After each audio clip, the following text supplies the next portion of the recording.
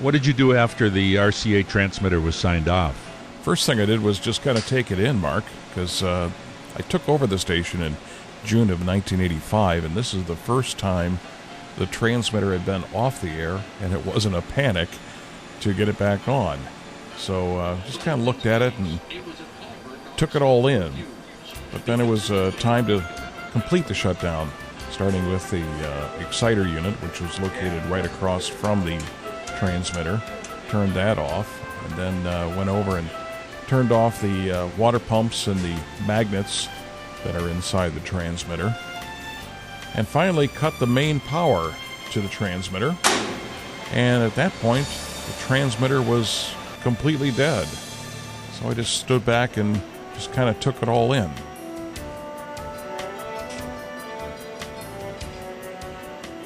Didn't you have some other engineers help take apart the transmitter? Sure, we had our regular WLIO crew, plus Mike Flynn from R.A. Flynn & Sons, who took care of the heat exchanger.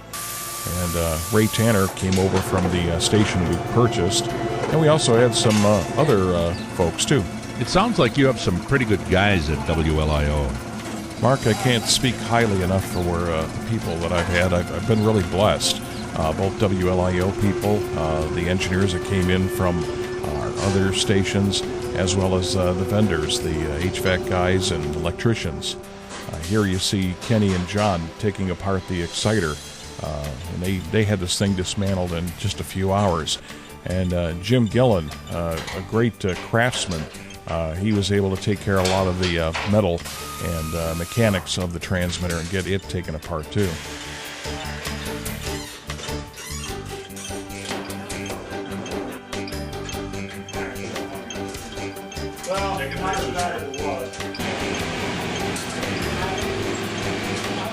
Leonard is from R.A. Flynn & Sons, our HVAC contractor, and I'll tell you what, he had this heat exchanger completely apart in just a few hours.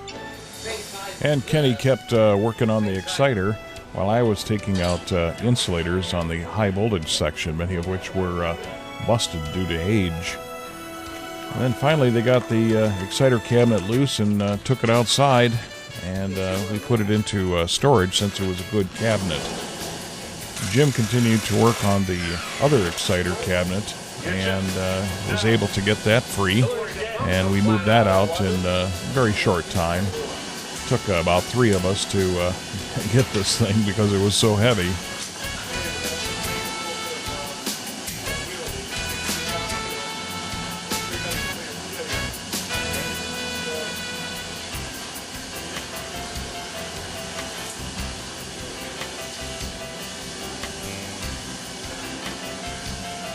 In this transmitter, there's a lot of mechanical connections, so it took a long time to get some of the things apart because you just couldn't cut wires.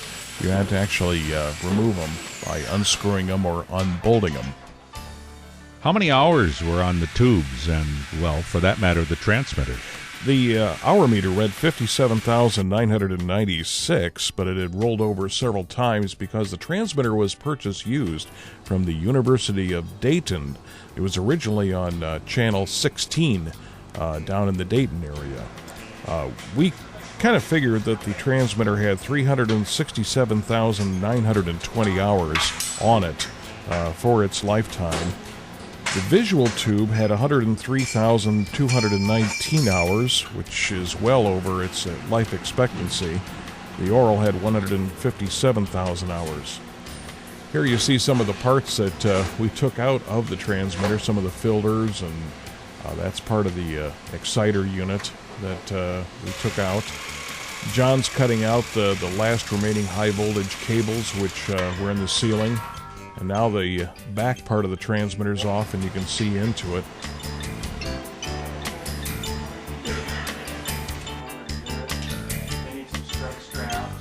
The control circuitry was basically just cut out. The wires were cut, the relays were saved, the magnets from inside the transmitter that the tube slid into were put on pallets and then subsequently sold for scrap due to their metal. The klystron tubes were put on eBay, and believe it or not, somebody bought them.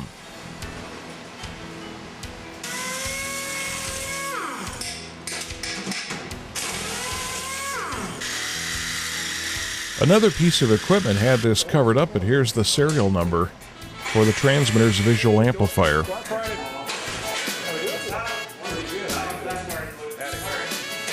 Here you see we're almost in the final stretch. We're taking out the oral cabinet after removing all the guts from it. And then we'll start on the visual cabinet, and then finally the control cabinet, which is at the end.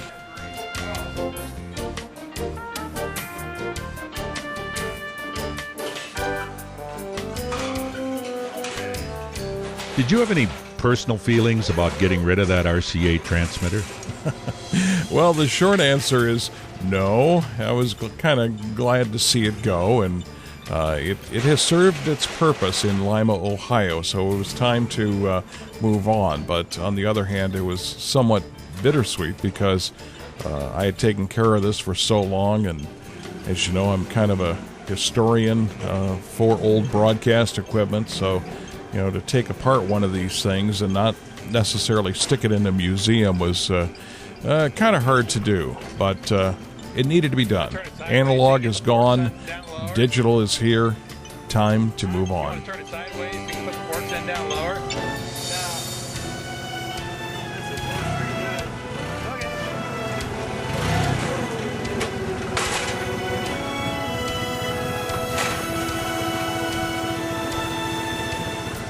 And Mark, here comes the last piece of the RCA transmitter.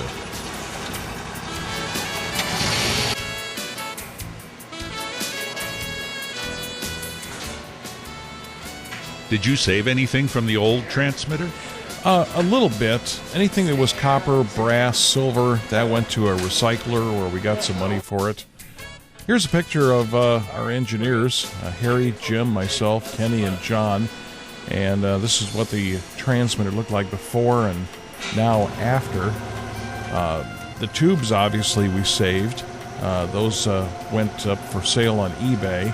A lot of the small transformers and relays and meters and such, we saved those because, you know, they have some value in little projects and things, but probably couldn't sell a meter or anything. But when the tubes went out the parking lot entrance and over into storage, that was pretty much it. The transmitter was now completely dismantled.